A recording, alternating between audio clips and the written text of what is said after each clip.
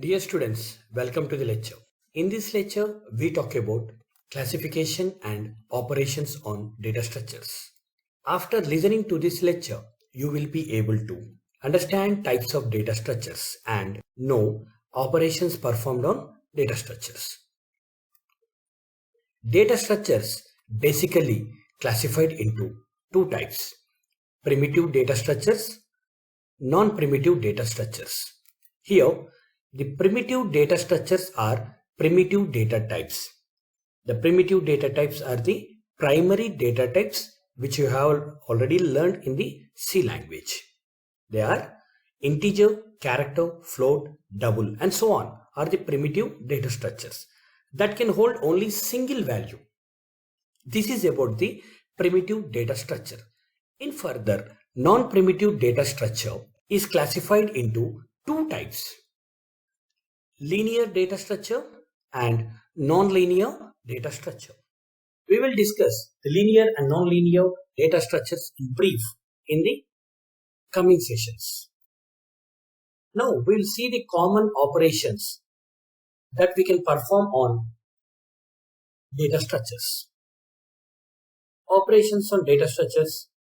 The major or common operations that can be performed on data structures are: we can search for any element in a data structure by using the operation searching.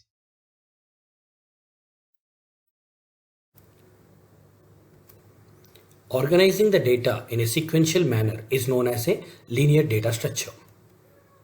The linear data structures are arrays, stacks, queues, and linked list. In linear data structures, one element is connected only with another one element, one-to-one connection in a linear and sequential form. This is about the linear data structures. When one element is connected to the n number of elements, known as non-linear data structure. The non-linear data structures are trees and graphs. In non-linear data structures, one element is connected to many elements in a random form. Here, one element is connected to many elements, one-to-many relation.